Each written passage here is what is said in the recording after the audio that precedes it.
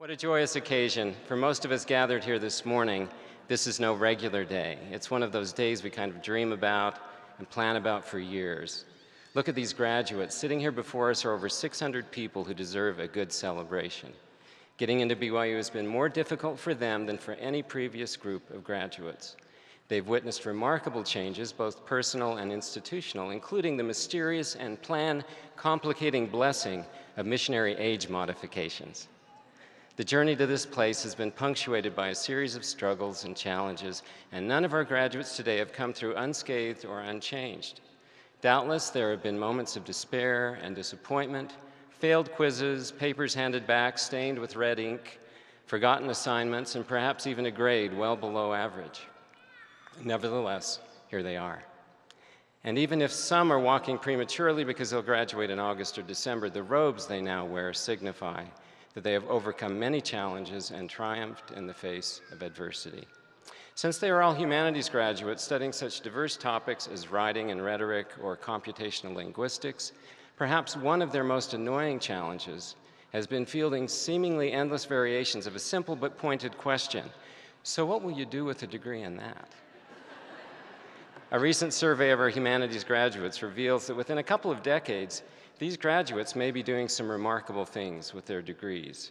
Serving as U.S. ambassadors, for example, or performing brain surgery, writing poetry, or hedging funds. Serving as judges, running corporations, or teaching in various capacities, including in the home. Directing international charities, producing Hollywood films, or even founding startup companies and then hiring STEM graduates to work for them.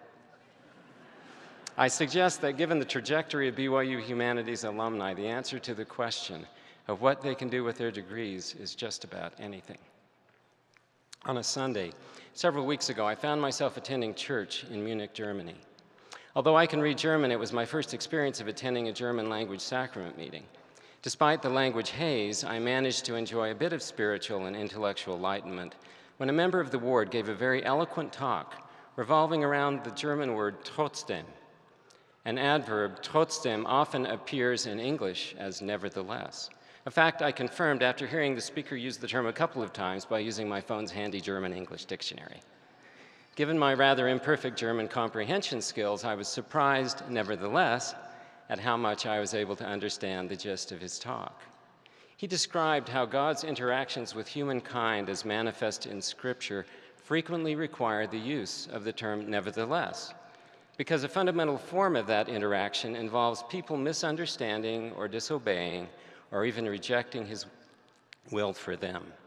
But God's love is also embodied in the term nevertheless because, despite conditions that justify condemnation or harsh judgment, God nevertheless remembers, forgives, and succors his people.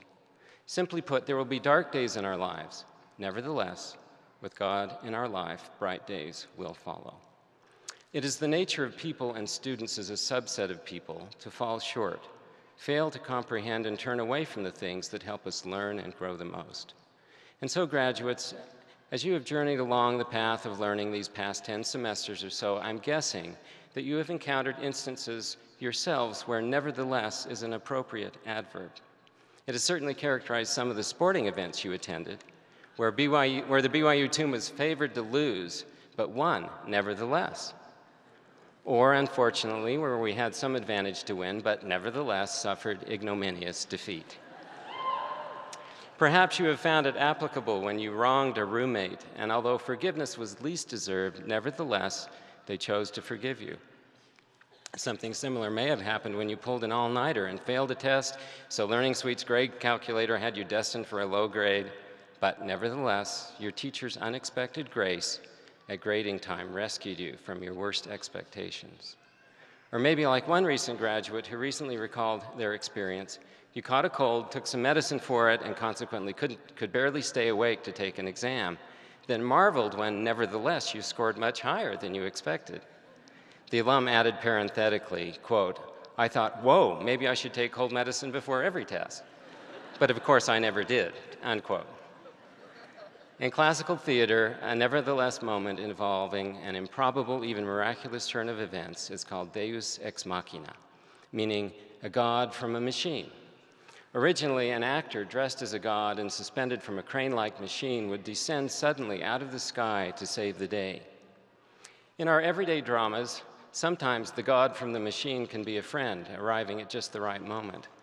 Or in the case of another college graduate, even a professor descending in the machine. Quote, "I missed a test my freshman year, a scheduling mistake. After contacting the professor and pleading for a chance to be allowed to take the test, the professor told me that the test was not as important as my participation and contributions in class, more a university requirement than a real assessment of what I had learned. He told me he would pass me based on my performance, since he was confident I would have passed anyway. Apparently, I had obtained a certain level of trust with the professor. Respect, trust, and honesty were what saved me. I will be forever grateful to that professor who recognized me for the serious student that I was and extended a mercy in my behalf," unquote. The former student adds, "I never missed another test." As teachers in the College of Humanities, we hope that somewhere during the drama of your higher education, you have witnessed a real case of Deus ex machina and seen that in spite of weakness, shortcomings, and chronic fallibility, or perhaps precisely because of them, sometimes God, in the form of another person, does appear, nevertheless, to save us. This can be one of the greatest principles we learn in college and in life, the discovery that although we will inevitably make mistakes, they can often be the source of our greatest learning. Graduates, I hope you have experienced the rush of that enlightenment, the joy of learning in spite of failure. Regardless of the obstacles you may find on the road ahead or whatever trials and struggles you may encounter hereafter, may even the most difficult challenges nevertheless keep you moving forward into the greater discoveries and upward in your reach to connect with the Creator and source of all truth. Now let me address the rest of you as an audience. You are here to support your graduate and witness their walk across the stand, to accept their diploma. Some of you with relief, others with great surprise. Your act of witnessing your joy and pride in their well-deserved celebration of accomplishment is the easy part. Your love for and interest in your graduate will very likely lead to spontaneous shouts of joy, maybe even a few tears.